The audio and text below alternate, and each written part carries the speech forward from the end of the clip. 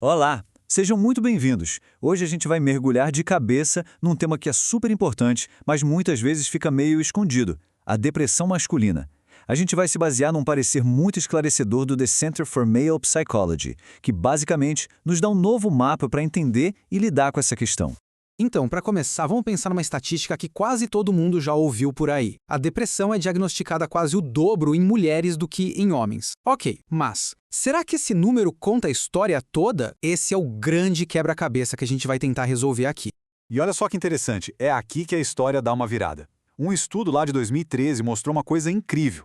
Quando eles ajustaram os questionários de depressão para incluir sintomas que a gente chama de externalizantes, tipo irritabilidade, raiva, a diferença no diagnóstico entre homens e mulheres simplesmente sumiu. Pois é, isso levanta uma questão enorme. Talvez o problema não seja que os homens têm menos depressão, mas sim o jeito que a gente está medindo isso. E isso nos leva direto para a nossa primeira parte. Para a gente entender por que os diagnósticos podem mudar tanto assim, a gente precisa olhar para além daqueles sintomas clássicos que todo mundo associa com depressão. Pensa rápido. Qual a imagem que vem à cabeça quando se fala em depressão? Provavelmente é alguém triste, chorando, mais introspectivo, certo? Mas o parecer mostra que nos homens o quadro pode ser bem diferente.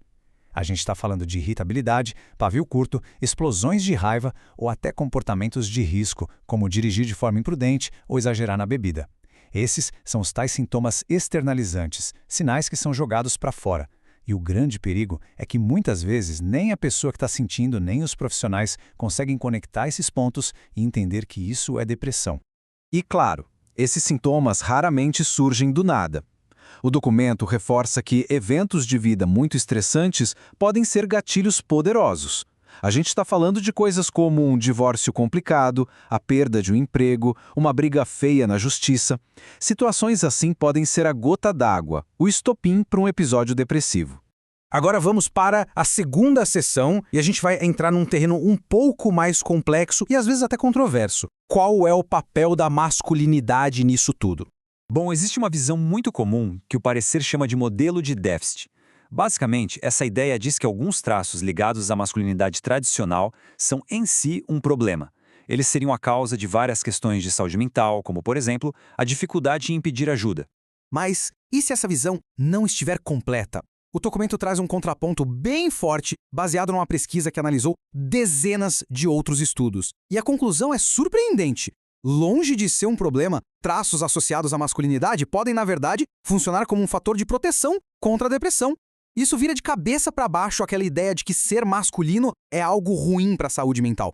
Então, a alternativa proposta é uma mudança de perspectiva, um modelo baseado em forças. A ideia é bem simples, na verdade. Em vez de enxergar a masculinidade como um problema a ser resolvido, por que não olhar para ela como uma caixa de ferramentas? Qualidades como a capacidade de resolver problemas ou a autoconfiança deixam de ser vistas como obstáculos e se tornam recursos valiosos que podem, sim, ser usados no processo terapêutico.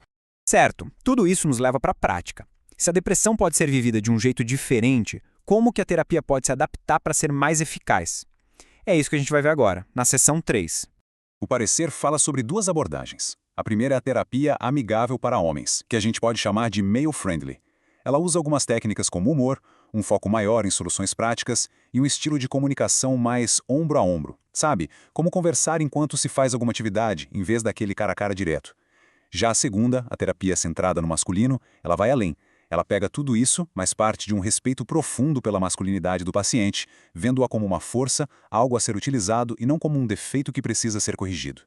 E essa teoria toda vira uma ferramenta prática que qualquer pessoa pode usar. O Center for Male Psychology criou uma campanha chamada A-Clan. É basicamente um guia visual, bem simples, para ajudar amigos, familiares e parceiros a darem um apoio mais efetivo. É a teoria sendo colocada em prática. Então, como que isso funciona? Primeiro, entender que a raiva pode ser um sinal de sofrimento. Em vez de forçar uma conversa, a dica é perguntar o que é confortável para ele. Tentar entender de verdade o que está acontecendo na vida dele. Propor fazer alguma coisa juntos, como uma caminhada, um esporte, onde a conversa pode fluir de um jeito mais natural. E talvez o mais importante de tudo, enxergar o homem, a pessoa ali na sua frente, e não o mito, não o estereótipo. Tudo isso que a gente conversou culmina um conjunto claro de ações. Vamos para a nossa última sessão para ver quais são as recomendações concretas que o documento propõe. O parecer desenha um plano de ação bem claro. Para os clínicos, o recado é: fiquem atentos e procurem ativamente pelos sintomas masculinos de depressão. Para os pesquisadores, investiguem de verdade quais são as barreiras que impedem os homens de buscar ajuda, sem ficar só nos clichês. E para quem faz as políticas públicas, é preciso investir em serviços e campanhas que falem a língua dos homens, que se conectem com as experiências deles.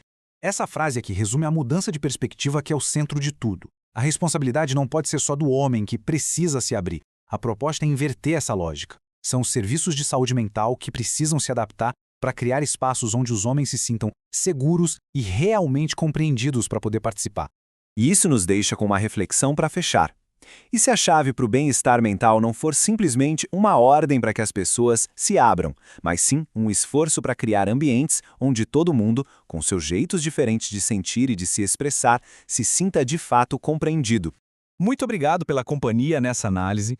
Todo o nosso papo de hoje foi baseado no parecer sobre depressão masculina do The Center for Male Psychology.